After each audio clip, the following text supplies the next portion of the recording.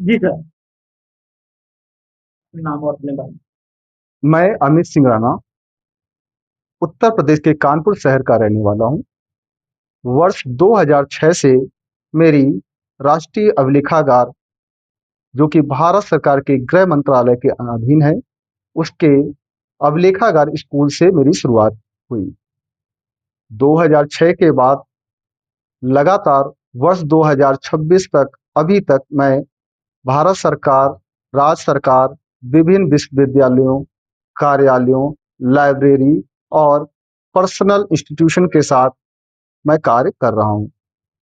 वर्ष 2006 में जब मेरी शुरुआत राष्ट्रीय अभिलेखागार के स्कूल से हुई, उसके तुरंत बाद ही मैंने national foundation for heritage awareness and research के साथ काम किया। उनके साथ मैंने दिल्ली स्टेट आर्काइव का पहला कार्य किया। उसके तुरंत बाद ही मैंने गढ़वाल राइफल रेजिमेंट के साथ कार्य करने का मुझे मौका मिला। मुझे भारतीय सेना के साथ काम करके गर्व की अनुभूति हुई।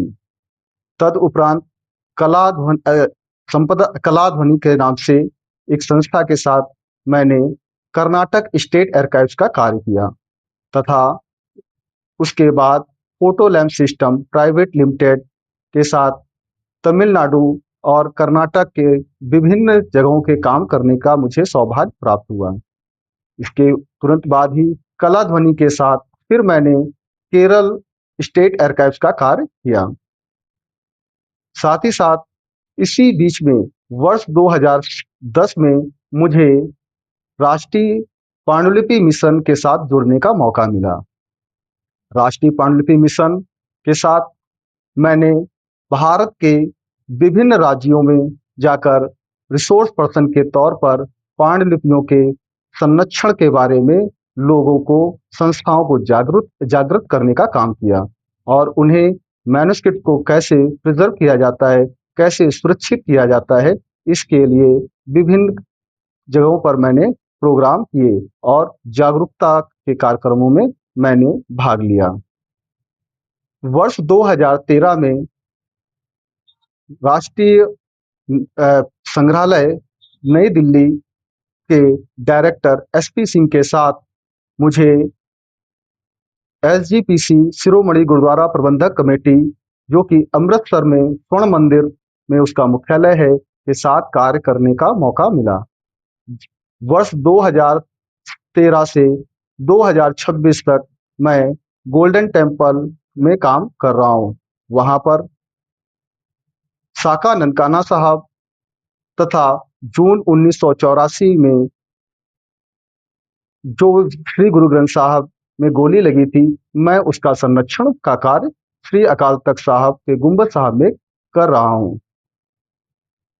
पिछले वर्ष मैंने CBSL group capital business system private limited के साथ भारत सरकार के गृह मंत्रालय के अधीन राष्ट्रीय अभिलेखागार में कंसल्टेंट के तौर पर कार्य कर रहा हूँ, जिसमें मैं राष्ट्रीय अभिलेखागार के मुख्यालय नई दिल्ली तथा क्षेत्रीय कार्यालय भोपाल व क्षेत्रीय कार्यालय जयपुर के में कंजर्वेशन कंसल्टेंट के तौर पर अपनी सेवाएं दे रहा हूं।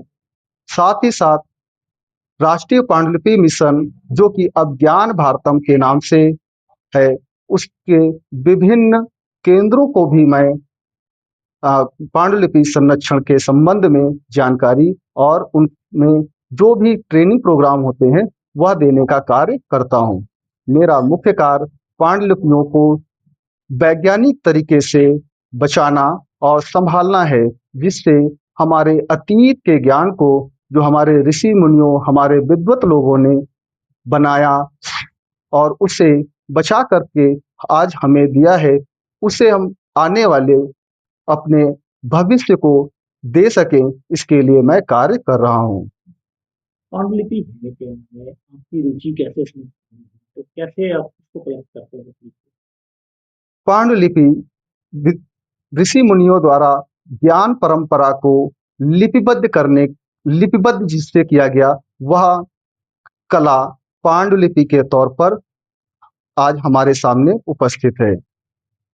पांडुलिपियों पे मेरा जो रुचि आई वह राष्ट्रीय अभिलेखागार में कार्य करते हुए जब मैं नेशनल मैन्युस्क्रिप्ट मिशन जो कि Indira Gandhi national centre for art में मैंने 2006 में 2007 में मैंने काम किया था। वहां से मुझे पांडुलिपियों के बारे में जानकारी प्राप्त हुई और मैं उनके संवर्धन का कार्य तब से कर रहा हूँ।